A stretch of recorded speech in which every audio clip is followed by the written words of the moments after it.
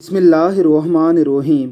اللہ رب العزت کی ذات بنی اسرائیل کے شقی القلب لوگوں کی مثال دیتے ہوئے فرماتے ہیں ثم قست قلوبکم من بعد الذین ذالک وہی کالحجارۃ او اشد قسوۃ وَإِنَّ مِنَ الْحِجَارَةِ لَمَا يَتَفَجَّرُ مِنْهُ الْأَنْهَارُ وَإِنَّ مِنْهَا لَمَا يَشَقَّقُ وَيَخْرُجُ مِنْهُ الْمَاءُ وَإِنَّ مِنْهَا لَمَا يَهْبِطُ مِنْ خَشْيَةِ اللَّهِ وَمَا اللَّهُ بِغَافِلٍ عَمَّا تَعْمَلُونَ۔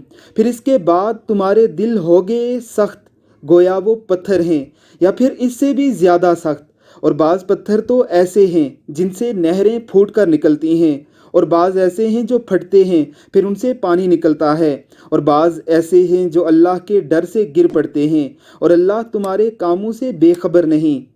شک سخت پتھروں سے تو خیر برآمد ہو جاتی ہے، ان سے نہریں نکلتی ہیں، پانی نکلتا ہے، یا اللہ کی خشیت سے گر پڑتے ہیں۔ لیکن شقی القلب شخص جو سخت دل ہو، جس کا دل کثیف ہو چکا ہو، اس سے کسی طرح کی کوئی خیر برآمد نہیں ہو سکتی۔ اللہ رب العزت کی ذات ہماری شقاوت قلبی کو دور فرمائے اور ہمیں نرم دل بنائے۔ آمین ثم آمین۔